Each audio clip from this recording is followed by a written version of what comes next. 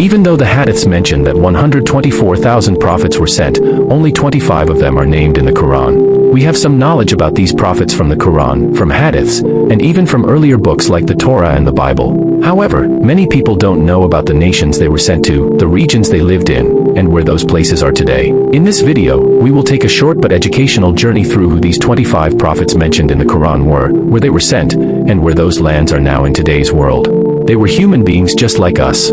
They had families, they had desires, but they dedicated their lives to their mission. Allah mentioned their names in the Qur'an. Peace be upon them all. Before we start, please subscribe to our channel and like the video so we can reach more people. Adam, alayhi salat wa salam, the first human and the first prophet, was created by the command of Allah from different types of soil. The angels mixed this soil with water and shaped it. After waiting for 40 years, the clay hardened and became like dry mud. On the 10th day of Muharram, which was a Friday, Allah gave him a soul and taught him the knowledge of everything. By Allah's command, the angels prostrated to Adam. But Iblis became arrogant and refused. He was then cast out of paradise. Adam married Hawa, who was created in paradise, and they lived there together for a while. However, because they ate from the forbidden tree, they were sent down to earth. Adam realized his mistake and sincerely repented. Allah accepted his repentance. Allah appointed Adam as a Khalifa, representative, on earth. After being separated from Hawa for many years, they met again in Arafat and built the Kaaba. Adam was chosen as a prophet. He was given a small book with 10 pages. He taught people about faith, worship, and knowledge. They lived in towns and worked with crafts and skills. A tragic event happened between Adam's sons, Habil and Kabil. Kabil, driven by jealousy, killed his brother Habil. This was the first murder in human history. Humanity continued through the children of both brothers. According to some narrations, Adam lived a long life, about 960 years. Even though worship and divine teachings continued among his children and grandchildren after his death, over time, some people began to go astray. This would later lead to the coming of new prophets. It is said that his grave is in either Jerusalem, Mina, or Arafat. Hadiths mention that his height was between 30 and 40 meters. Idris, alayhi salat wa salam. Idris is one of the prophets mentioned in the Qur'an. According to narrations, he had many special qualities. He was the 5th generation descendant of Adam. Allah gave him 30 suf, small scriptures, and taught him many sciences. Before him, people wore animal skins or leaves. He taught people how to sew clothes and build cities. He knew 72 languages and invited every community to the true religion in their own tongue. Idris was the first person to write, to use a pen, and to teach knowledge. He also studied the stars and the movements of the sky. Because of this, he is known as the prophet of both knowledge and art. He migrated from Babylon to Egypt and lived there for many years, calling people to the true religion. In Surah Al-Anbiya verse 85, he is mentioned as one of the patient, righteous, and truthful people. The Quran says, "We raised him to a high place." Many Islamic scholars believe that he was taken to the heavens without dying. Some narrations say he is in the 4th level of the sky. Nuh, alayhi salat wa salam. Nuh was sent as a prophet after Idris, alayhi salat wa salam. Islamic historians say he was sent to the region of Mosul in Iraq. His people were idol worshippers from Mesopotamia. At that time, people started worshipping idols and sins like injustice and immorality became common. Nuh was given prophethood at the age of 50. He invited his people to believe in Allah and to leave idol worship for 950 years. But only a small number of people believed in him. Most of his people rejected him, mocked him, and treated him badly. When he realized that they would never believe, he prayed to Allah. Then Allah informed him of a great flood that was coming. By Allah's command, he built a large ship. He took on board the believers and a pair of every animal. Then the great flood began. Heavy rain poured from the sky, and water gushed from the earth. All those who disbelieved drowned. The flood lasted for 6 months, and the ship finally came to rest on Mount Judy. One of Nuh's own sons did not board the ship and drowned in the water. Nuh had 3 sons, Sam, Ham, and Japheth, who became the ancestors of all people. According to Islamic historians, Sam's descendants include Arabs, Jews, Assyrians, Babylonians, Persians, Syriacs, and Arameans. Ham's descendants include African peoples, Egyptians, and Ethiopians. Japheth's descendants include Turks, Greeks, Russians, Mongols, Chinese, Indians, and Europeans. These lineages are described in the works of scholars like Ibn Kathir, Tabari, Ibn Khaldun, and other classical Islamic historians and commentators. For this reason, Nuh is known as the second Adam. He lived a long life and died at the age of 1000. The Quran mentions him in many verses and describes him as a very grateful servant of Allah. Hud, alayhi salat wa salam. Hud was from the descendants of Sam, the son of Nuh, alayhi salat wa salam. He was sent to the people of Ad in Yemen. The people of Ad earned their living through trade. Over time, they became wealthy and powerful. They built tall buildings, but they also became corrupt and started worshipping idols. They committed injustice, behaved arrogantly, and cheated in trade just for more wealth. Hud called them to believe in Allah, but they denied him. Allah warned them first with drought and famine. Then he sent a strong burning wind that destroyed them. Only Hud and those who believed in him were saved. Hud later settled in Mecca and passed away there. This story is told in many parts of the Quran. Salih, alayhi salat wa salam. Salih was sent as a prophet to the people of Thamud. The people of Thamud were idol worshippers. They were advanced in technology and architecture, carving homes inside mountains and building strong cities. See Surah Al-Araf verse 74. They lived in a region known today as Madain Salih in Saudi Arabia. Salih invited them to believe in Allah. They said to him, "If you bring out a pregnant she-camel from this rock in front of our eyes, we will believe you." Salih prayed to Allah, and as a miracle, a large she-camel came out of the rock in front of everyone. This camel was a clear sign from Allah. Its milk was so abundant that the entire people could drink without shortage. But the leaders of the tribe said, "If this camel stays, Salih's influence will grow and people will no longer listen to us." They made a secret plan and killed the camel during the night. This was not just killing an animal, it was destroying a sign from Allah. After that, they were given 3 days of warning. During this time, Salih and the believers left the city. On the third day, a loud sound and a violent shaking from the earth destroyed the people of Thamud. Only a small group of true believers survived. The destruction of Thamud is mentioned in the Quran as a lesson. Ibrahim, alayhi salat wa salam. Ibrahim is one of the 5 great prophets in Islam. He was sent to the people of the Chaldeans who were idol worshippers. He defended the belief in Tawheed, the oneness of Allah. While his people were away celebrating a festival, Ibrahim broke the idols except the biggest one and hung the axe around its neck. When they returned, they questioned him. Ibrahim said, "Maybe the big one did it. Ask him if he can speak." He defeated them with wisdom. They had no answer. But still, they lit a huge fire and threw him into it. By the will of Allah, the fire did not burn him, and he came out safely. After this, his people rejected him. By Allah's command, he migrated. He traveled with his wife Sarah to Egypt and then to Palestine. In Egypt, he married Hajar as his second wife. After many years without children, Ibrahim had a son, Ismail, from Hajar and later another son, Ishaq, from Sarah. Ismail became the ancestor of the Arabs and Prophet Muhammad. Ishaq became the ancestor of the Jews and the prophets from Bani Israel. So, in reality, Jews and Arabs are brothers, but the Jews saw the Arabs as stepbrothers and excluded them, leading to a power struggle. Ibrahim and his son Ismail built the Kaaba by Allah's command. The Kaaba became the center of worship. They also performed Hajj and taught it to the people. Allah showed Ibrahim a dream to sacrifice his son Ismail. Ismail said, "Father, do as you are commanded." When he placed the knife on his son's neck, Allah stopped him and said, "O Ibrahim, you fulfilled your dream. We have completed this clear test." Then Allah sent a large animal to be sacrificed instead. As Muslims, we continue this tradition by celebrating Eid al-Adha as ordered in the Quran. Ibrahim, a.s., passed away in Jerusalem at the age of 175. He is known as the close friend, Khalil, of Allah. Lut, alayhi salat wa salam. Lut was the nephew of Ibrahim, a.s. After they migrated together from Babylon to Sham, Greater Syria, Lut was sent as a prophet to the people of Sodom. This region is around present-day Jordan and the Dead Sea. The events happened a few centuries after the flood of Nuh, around 2000 BCE during the rise of Mesopotamian civilizations. As a miracle, Lut made rain fall from a clear sky and spoke with stones. These miracles proved to his people that he was a prophet, but the people of Sodom worshipped idols and committed a type of relationship the world had never seen before, homosexual acts. However, these acts were not just private sins.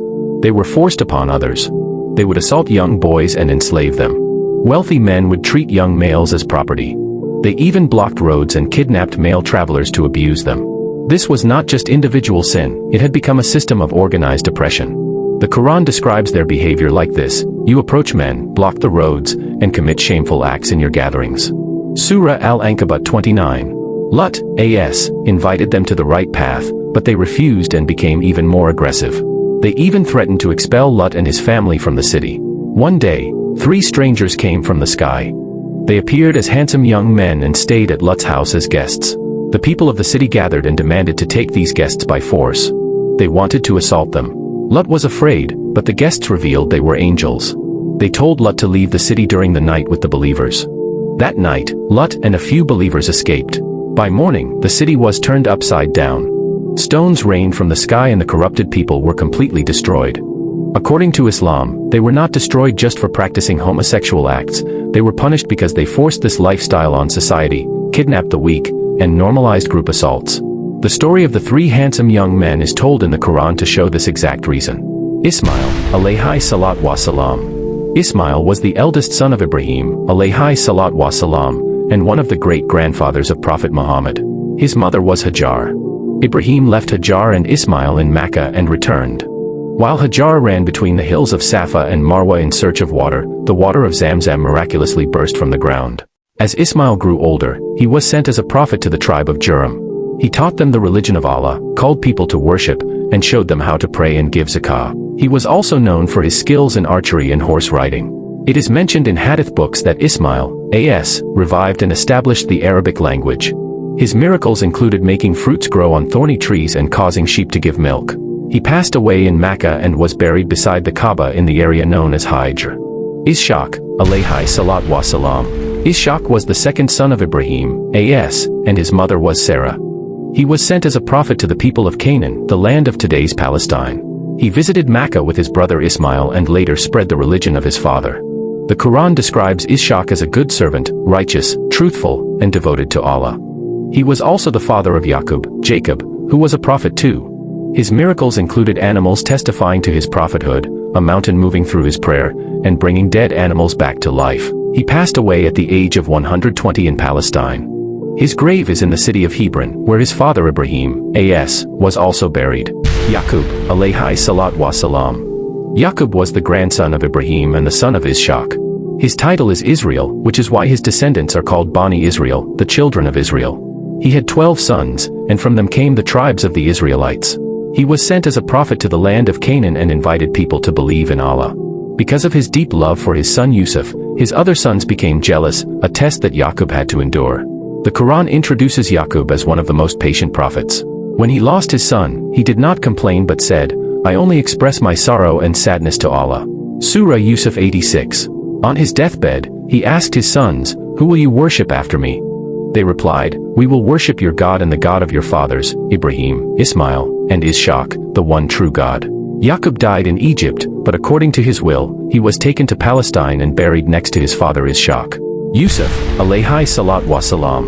Yusuf was the son of Yaqub, a.s., and was sent as a prophet to the people of Egypt. He lost his mother at a young age and was raised with great love by his father. As a child, he saw a dream and told his father, "My dear father, I saw in my dream 11 stars, the sun, and the moon, all prostrating to me." Surah Yusuf 4. This dream was a sign that he would one day become a prophet and be given a high rank. Yusuf's good character and his father's deep love for him made his brothers jealous. Out of envy, they threw him into a well. A passing caravan found him and sold him as a slave in Egypt. The chief minister, Aziz, of Egypt bought him and raised him in his home. Everyone admired Yusuf for his beauty, honesty, and purity.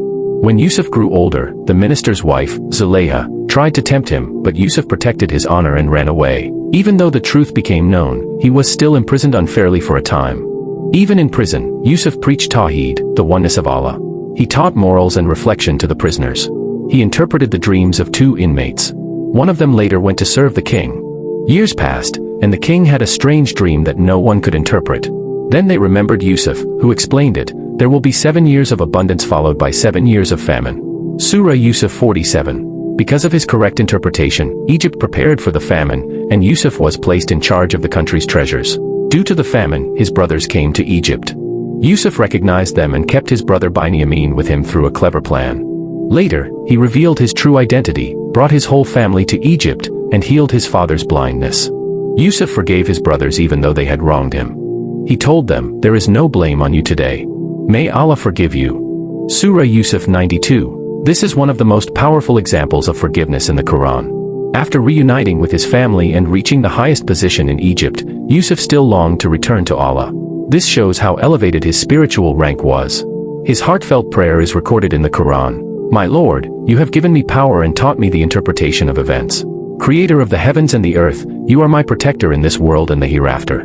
Let me die as a Muslim and join me with the righteous." This is the peak of true servitude and detachment from the world. After his death, he was buried near Jerusalem. Shu'aib, alayhi salat wa salam. Shu'aib was sent as a prophet to the people of Madian and the people of Aika. Madian was located between today's Jordan and northwest Saudi Arabia. Because of his sweet and effective speech, he was known as the orator of the prophets. His people worshipped idols and were involved in trade, but most of them were busy with sins like cheating in measurements, unfair weighing, charging interest, and fraud. He called them to Tawheed, belief in the oneness of Allah, and justice. He said, "Give full measure and weight with justice and do not reduce people's belongings. Do not spread corruption on the earth." Surah Al-Araf 85.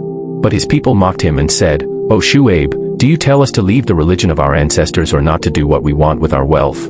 Surah Hud 87. Shu'aib warned them that Allah's punishment would come within 3 days. Then an earthquake seized them, and they were found dead in their homes, fallen on the ground. Prophet Moses. Musa was sent to free the children of Israel from Pharaoh's tyranny. He confronted Pharaoh with miracles from Allah, his staff turning into a serpent and his hand shining with light. Despite all the signs, Pharaoh remained arrogant until Allah drowned him and his army in the sea. Musa then led his people to safety, received the Torah, and taught them to worship Allah alone. Prophet Aaron. Harun was the brother of Musa, chosen by Allah to assist him in delivering the message to Pharaoh. He was gentle in speech and strong in faith, guiding the people when Musa was away. Together, they spread the message of Tawheed, that there is no God but Allah. Prophet Tulkifl was a righteous man, known for his patience, justice, and steadfastness in worship. He never abandoned prayer and always stood for truth. Allah praised him for being among the righteous and patient servants. Prophet Dawood Dawood was both a prophet and a king. Allah blessed him with wisdom, a beautiful voice, and the Zabur, Psalms. Even the mountains and birds glorified Allah with him. He ruled with justice and strength, reminding his people to be grateful to Allah. Prophet Solomon, the son of Dawood, inherited not just his father's kingdom but also his wisdom. Allah granted him control over the winds, the jinn, and animals who could understand his speech. Despite his great power, he remained humble and grateful to Allah. Prophet Elijah called his people to abandon idol worship and return to Allah. Though many rejected him, he never gave up preaching the truth. He was among the righteous servants whom Allah elevated in rank. Prophet Elisha continued the mission of Elias after him, guiding the people with patience and wisdom. He was steadfast in faith and called his nation to righteousness until his last breath. Prophet Jonah preached to his people but left them before Allah commanded. He was swallowed by a great fish, where he repented and said, "There is no deity except you, O Allah. Indeed, I have been of the wrongdoers." Allah forgave him and returned him safely to the shore, and his people later believed. Prophet Zechariah was a devoted servant of Allah who prayed for a righteous child despite his old age. Allah accepted his dua and blessed him with John.